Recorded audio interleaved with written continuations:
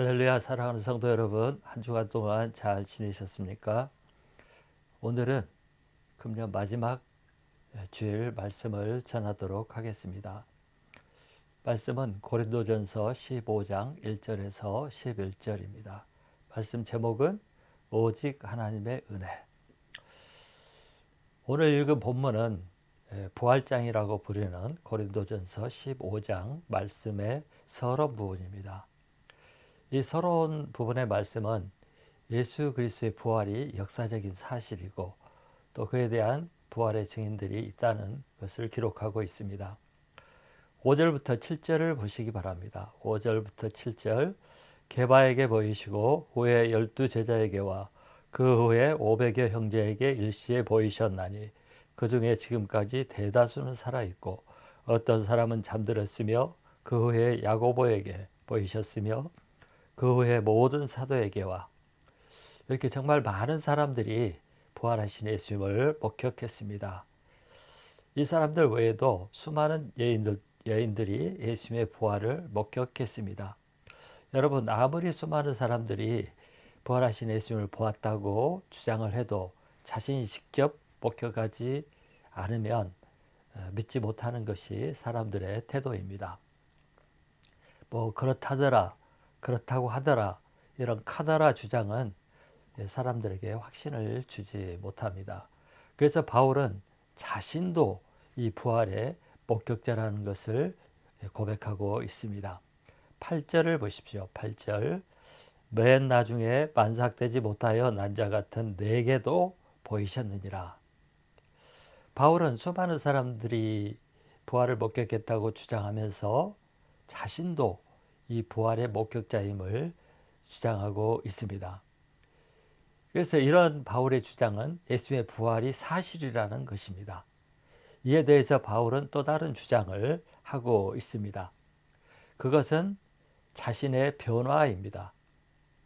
자신이 예수님의 부활하신 예수님을 만나지 않았다면 절대로 예수님을 믿는 사람이 될 수도 없었고 복음 전하는 일을 할 사람도 아니었다는 뜻으로 말하고 있는 것입니다. 예수님의 부활의 확실한 증거는 바로 바울이 예수님을 목격한 후에 변화되었다는 것입니다. 바울의 변화가 바로 예수님의 부활을 증명하는 것입니다. 그러면 바울은 어떤 변화가 있었을까요? 9절을 읽어보겠습니다. 9절 나는 사도 중에 가장 작은 자라. 나는 하나님의 교회를 박해하였으므로 사도라 칭함받기를 감당하지 못할 자니라. 이 짧은 말씀에서 바울은 자신의 확실하고 급격한 변화를 이렇게 고백하고 있습니다. 먼저 과거에 그는 하나님의 교회를 박해했다고 말하고 있습니다. 그리고 현재는 사도라 칭함을 받고 있다는 것입니다. 하나님의 교회를 박해했던 자가 부활하신 예수를 만나고 사도가 되었다는 뜻입니다. 이 얼마나 급격한 변화입니까? 여러분, 바울은 예수님을 만나고 확실하고 급격하게 변화되었습니다. 그가 사도행전 9장에 보면 예수님을 만나고 즉시 예수님을 그리스도라고 고백하는 사람이 된 것을 또 전파하는 사람이 된 것을 볼 수가 있었습니다. 바로 조금 전까지 그는 교회를 박해하고 예수님을 이단의 우두머리로 생각하고 교회는 박멸되어야 하고 이런 생각을 가지고 있던 사람. 그래서 그 일에 열심을 내었던 그런 사람이 하루아침에 부활하신 예수님을 목격하고 변화되어서 부활의 증인이 되었다는 것입니다. 또 이후에 사도 바울이 한 일은 정말 놀랍습니다. 바울은 3차에 걸쳐서 세계 선교 여행을 하였고 네 번째는 제국의 수도인 로마에 가서 복음을 전하다가 순교하였습니다. 이런 세계 선교 여행을 통해서 수많은 교회를 개척하고 수많은 리더들을 세우고 수많은 사람들을 구원하였습니다. 바울이 없었다면 초대교회에 그런 강력한 역사가 있었을까 의심할 정도로 그런 위대한 역사를 이루었습니다. 또 그는 이 사역을 감당하기 위해서 목숨을 걸고 상상할 수 없는 고난과 핍박과 고생을 했습니다.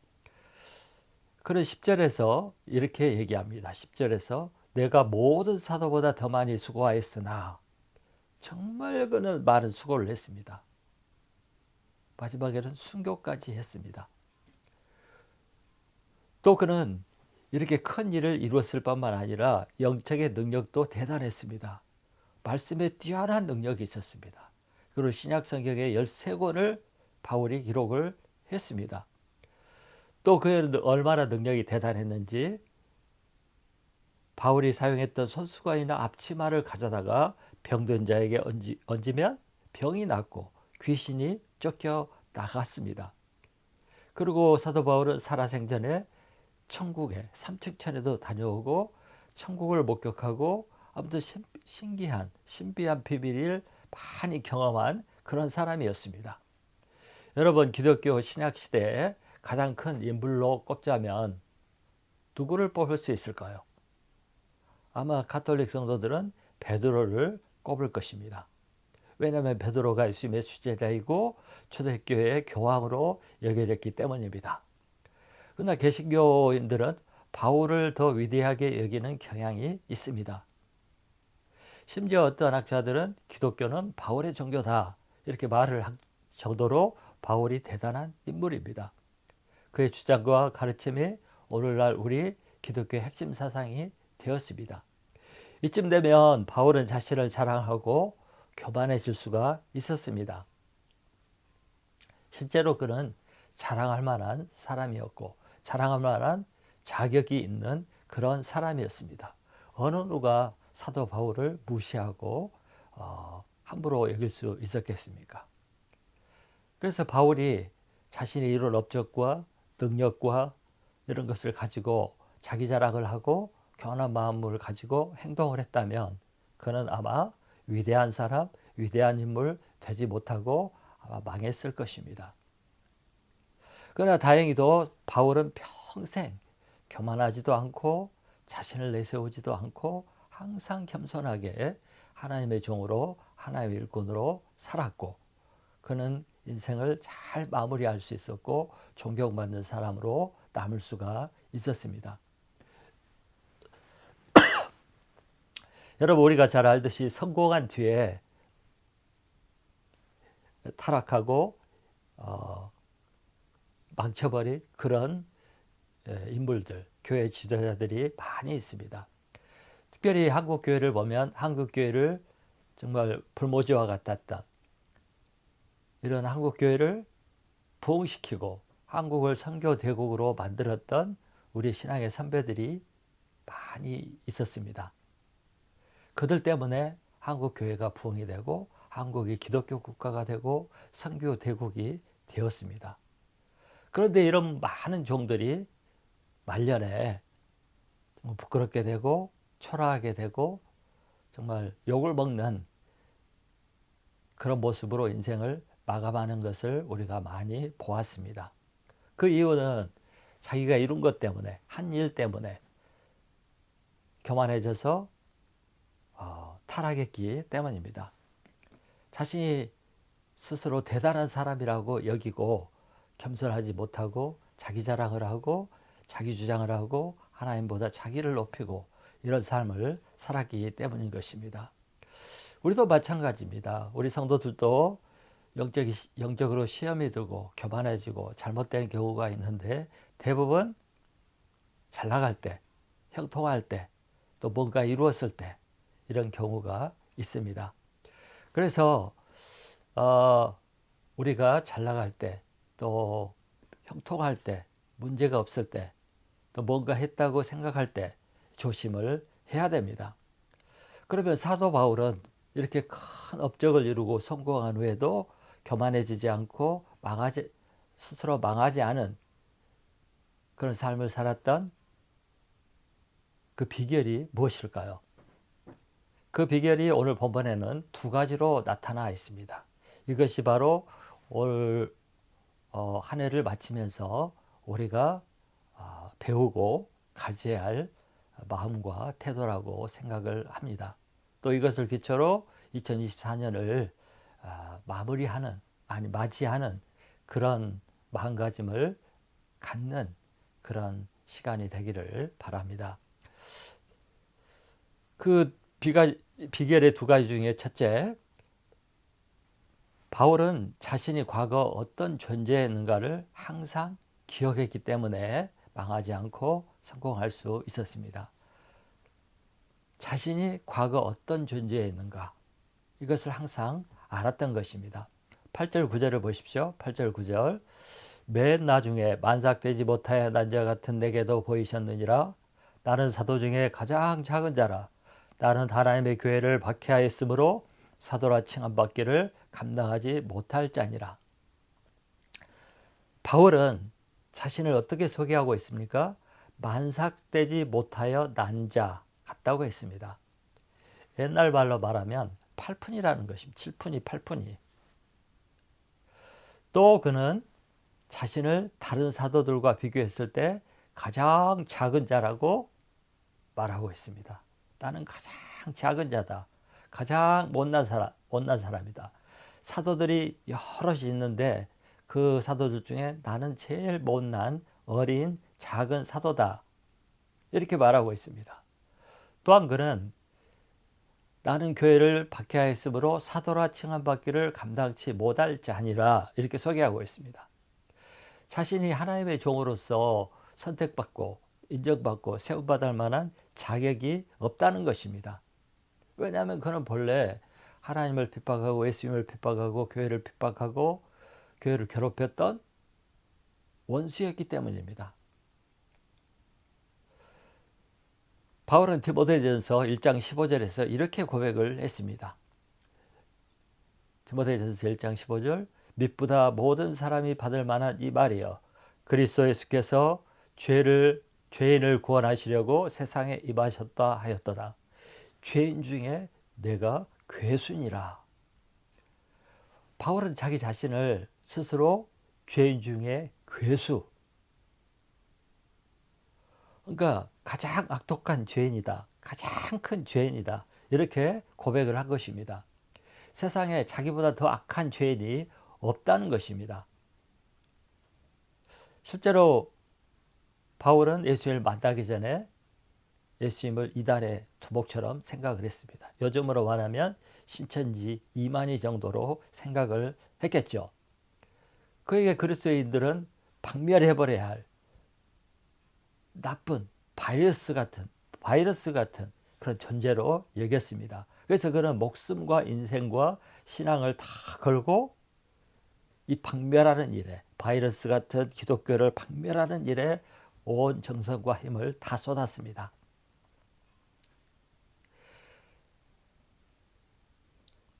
그런 바울은 기독교의 예수님에게 악한 사탄과 같은 존재였습니다.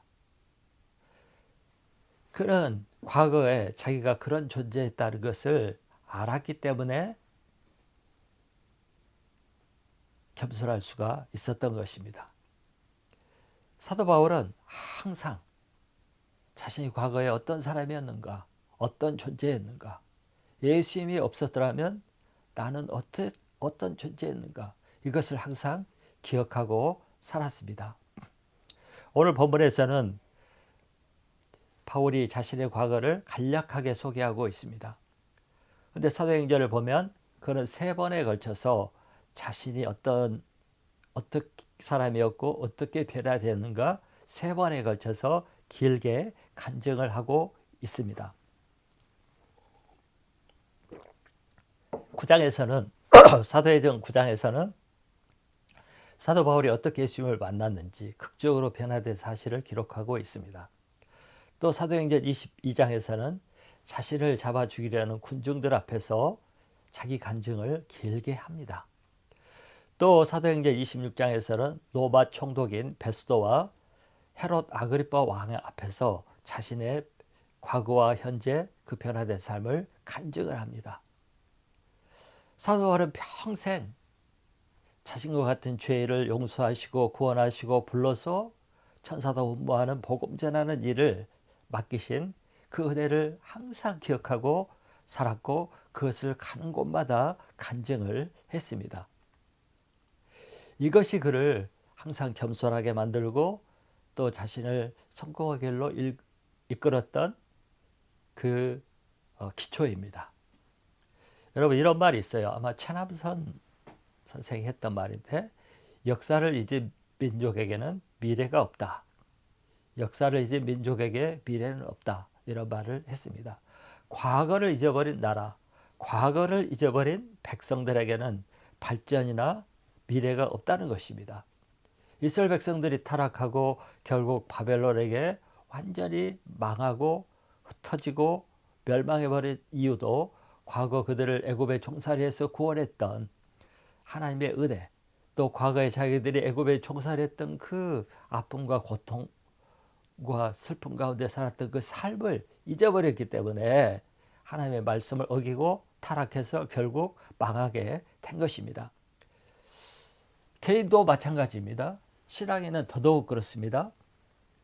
과거의 나, 예수님이 없었던 때의 나, 예수님을 만나기 전에 나의 삶, 그 삶이 어땠는가, 그 사실을 잊어버리면 예수님의 사랑과 은혜와 그 축복을 잊어버리고 하나님으로부터 멀어지게 되어 있습니다. 과거의 그 나의 존재, 그것을 기억하지 못하면 내가 잘나서 그렇게 된 줄 알고 당연하게 여기고 결국 은혜에서 멀어지고 타락하게 됩니다. 그래서 자신의 과거를 항상 기억하는 것, 자신의 과거에 어떤 사람이었는지, 예수님이 없을 때 어떤 사람이었는지, 삶을 살았는지 그것을 기억할 때 우리는 항상 올바른 신앙생활을 할 수가 있는 것입니다. 다윗이 역대상 17장 16절에서 이렇게 고백을 했습니다. 다윗 왕이 여호와 하나님이여 나는 누구이오며 내 집은 무엇이기에 나에게 이에 이르게 하셨나이까. 이것은 다윗이 자기가 과거에 목동이었고 시골에 양이나 치는 목동이었지만 이런 자기를 불러서 유다 왕국의 통일 왕국의 왕으로 세워주시고 또 자기 가문을 왕 가문으로 세우신 것, 이것을 감사하면서 한 고백입니다. 나는 과거에 목동이었는데 왕이 될 수 없는 사람이었는데 나 같은 사람을 불러서 이런 은혜를 주셨다니 하고 자신의 과거를 기억한 고백입니다. 여러분, 이처럼 자신이 누구인지 과거 어떤 존재였는지 기억하고 살 때 우리는 교만해지지 않고 자신의 위치를 지키며 끝까지 충성할 수 있습니다. 그래서 본래 자신을 아는 거, 과거의 자신을 아는 거, 하나님의 부르심이 없었을 때 자신의 모습을 기억하는 것이 망하지 않고 계속 쓰임받는 비결인 것입니다. 이런 말씀이 있어요. 그 라틴어에 메멘토 모리라는 말이 있어요. 영어로 보면 remember to die, 죽는다는 것을 기억하라, 이런 말이 있어요. 메멘토 모리라고. 그 헬라 왕이 자기 신하에게 이렇게 요구를 했다고 합니다. 자기를 아침이 되면 왕을 이렇게 아련하는 그 신하에게 제일 먼저 자신의 방으로 이렇게 들어오면 이렇게 말하라고 했답니다. 왕이시여 당신은 죽습니다. 신하에게 이 말을 매일 아침마다 하도록 시킨 것입니다. 이것은 이 왕이 항상 자기는 유한한 존재, 죽을 수밖에 없는 존재라는 사실을 기억하고 싶었던 것입니다. 이것을 기억하면 자신이 겸손해지고 또 무슨 일을 해야 할지 알고 어떻게 나라를 이끌어야 될지 생각하게 되기 때문입니다. 그래서 그런 교만의 왕이라고 교만하지도 않고 왕이라고 함부로 하지 않고, 그래서 항상 죽는다는 존재를 기억하면서 나라와 백성들을 잘 다스리고 싶은 마음을 가졌던 것입니다. 그래서 자신이 어떤 존재인가, 특별히 과거에 어떤 존재였는가 아는 것이 바로 나를 성공시키는 비결인 것입니다. 그래서 하나님께서는 가끔 이스라엘 백성들을 깨우쳐 줄 때가 있습니다. 이사야서 41장 14절에 보면 하나님께서 이스라엘 백성들에게 이렇게 말합니다. 너 버러지 같은 야곱아. 야곱은 이스라엘을 말해요. 이스라엘 백성들. 버러지 같은 이스라엘 백성들아. 하나님이 없으면 이스라엘 백성들도 지렁이, 버러지 같은 정말 초라하고 부끄러운 그런 존재라는 것입니다. 하나님이 있기 때문에 너희들이 이렇게 된 것이다. 그것을 기억하도록 한 것입니다. 여러분, 우리는 모두 죄인이었습니다. 하나님과 원수였습니다. 지금도 우리는 죄를 짓고 사는 죄인입니다. 또 여러분, 우리는 스스로 생각할 때 나 같은 악한 죄인 없다고 생각할 것입니다. 죄인 중에 나는 제일 나쁜 죄인이다. 정말 죄인 중에 나는 괴수다. 이런 고백을 할 수밖에 없습니다. 왜? 남의 죄는 다 볼 수 없잖아요. 그렇지만 자기 죄는 자기가 제일 잘 압니다. 그래서 정말 내가 어떤 존재인가 우리는 고백하지 않을 수가 없습니다. 이런 나를 하나님이 과거 나를 구원해 주시고 현재도 나에게 은혜를 베푸시고 구원의 길로 인도하시는 것, 이것을 알 때 우리는 겸손할 수밖에 없고 하나님 앞에 잘 살 수밖에 없습니다. 그래서 자신을 아는 것, 자신의 과거 어떤 존재였던가를 항상 기억하고 사는 것이 우리가 성공의 길로 갈 수 있는, 또 성공적인 신앙생활을 할 수 있는 비결인 것입니다.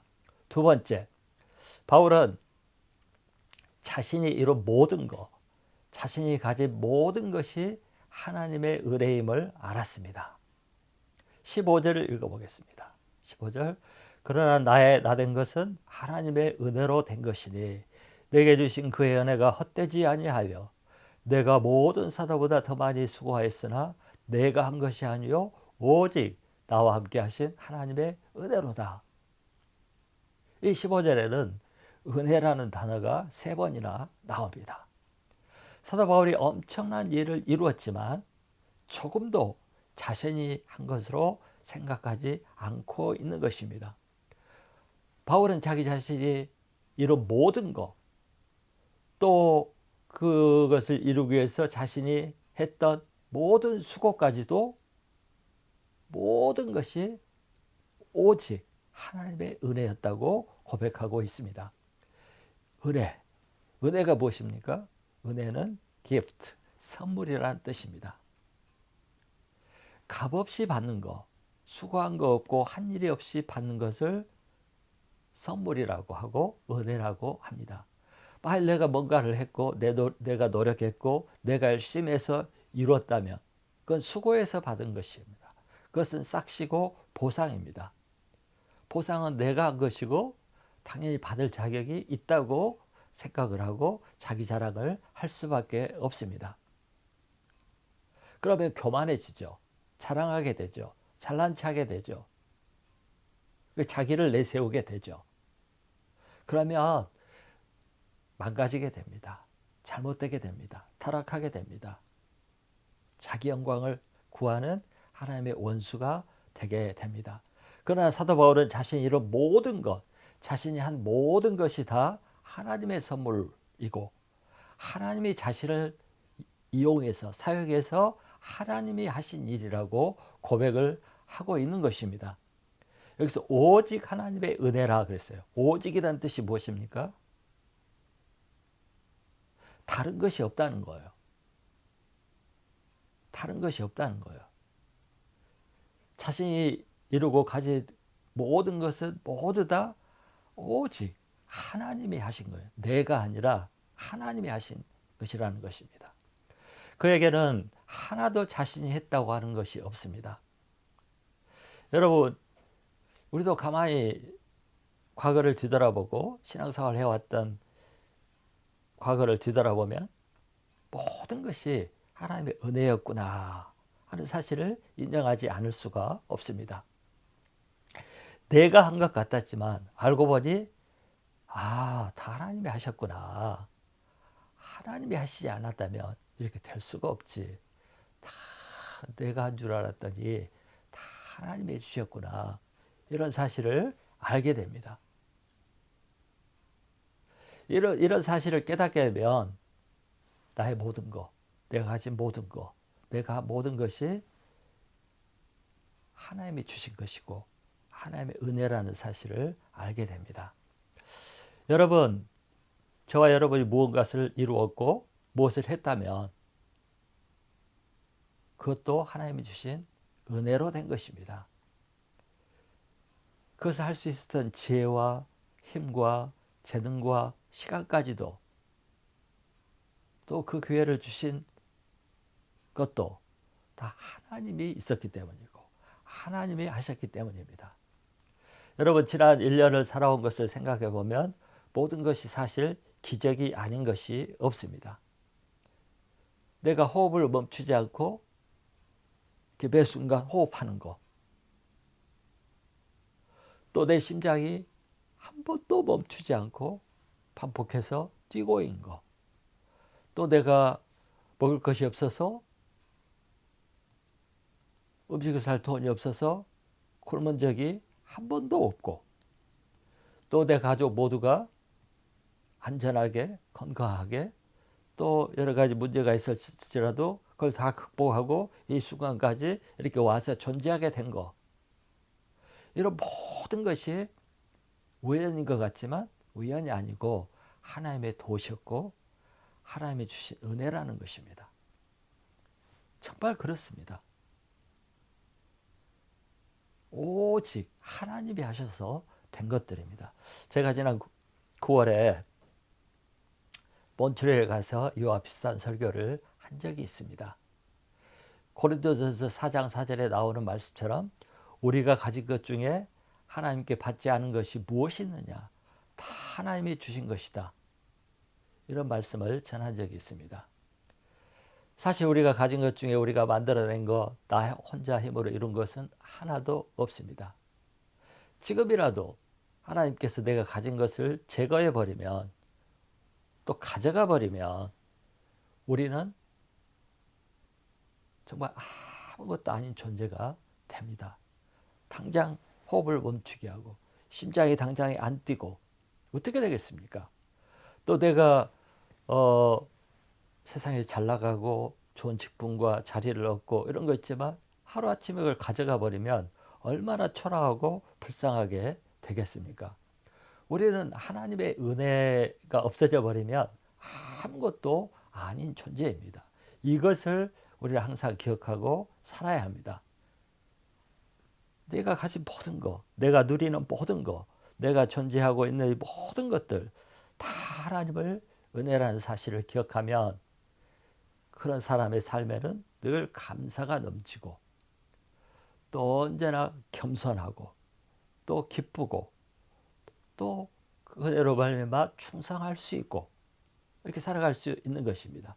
이것이 하나님의 은혜라는 사실을 기억하는 이것이 우리를 성공의 길로, 신앙생활을 성공하고 사회생활을 성공할 수 있는 성공의 비결이라는 것입니다. 여러분, 하나님은 심지어 이스라엘을 멸망시켰던 그 바벨론 제국의 왕 느부갓네살을 내 종이라고 해서, 내 종이다, 내 종.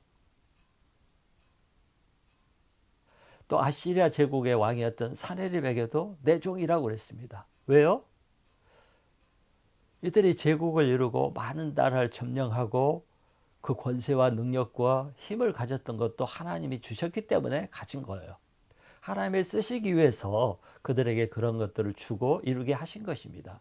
그런데 나중에 이들이 그런 사실을 알지 못하고 교만해 있었을 때 하나님은 순식간에 그들에게서 힘과 권력을 빼앗아 버렸을 때 죽임을 당하고 제국은 멸망하고 말았습니다. 사랑하는 성도 여러분, 오늘 우리는 금년 2023년 마지막 주일을 보내고 있습니다. 이 말은 우리가 1년을 지내왔다는 것입니다. 이제 1년을 마무리하고 있는 시간입니다. 이때 우리가 무엇을 생각해 봐야 되겠습니까? 하나님의 은혜. 내가 1년을 이렇게 살아오고 이렇게 1년을 마감하고 새해를 맞이할 수 있다는 것은 잘 살았다는 뜻 아니겠습니까? 1년을 잘 지내왔다는 뜻 아니겠습니까? 그럼 어떻게 이렇게 우리가 1년을 잘 지내올 수 있었겠습니까? 생각해 보면 어느 하나도 우연이 없습니다. 다 하나님의 은혜고 그 은혜가 셀 수 없을 만큼 많다는 사실을 알 수 있습니다. 조금 전에도 얘기했지만 호흡하는 거, 심장이 뛰는 거, 내 가정과 자녀들이 안정되게 산 거, 또 먹을 것을 부족함이 없이 먹고 살았던 거, 뭐 이런 모든 것들, 또 영적으로 나를 채워주시고 예배드리게 하시고 하나님을 예배하고 찬양하고 이렇게 살아온 것들, 이 모든 것들 다 하나님이 주신 은혜입니다. 그래서 우리가 2023년을 잘 살아가는 비결도, 2024년을 잘 맞이하고 한 해를 잘 살아가는 비결도 바로 이것입니다. 과거에 나는 어떤 존재였는지, 하나님이 없었을 때 내가 어떻게 살았는지, 얼마나 힘들고 어려웠는지 이 사실을 늘 기억하면 하나님 앞에 겸손해질 수밖에 없고, 또 내가 가진 모든 것들, 누리고 있는 것들, 얻은 것들, 모든 것들이 하나님의 주신 은혜라는 사실을 알 때 우리는 교만하지 않고 감사하고 또 충성하며 살아갈 수 있는 것입니다. 사도 바울은 이것을 평생 잊지 않고 살았기 때문에 사도 바울은 성공한 인생을 살고 성공적인 인생을 바칠 수가 있었습니다. 우리가 오늘 이 말씀을 통해서 배워야 할 것이 바로 그것입니다. 오직 하나님의 은혜라는 사실, 이것을 기억하고 사시는 저와 여러분이 되시기를 간절히 축원합니다.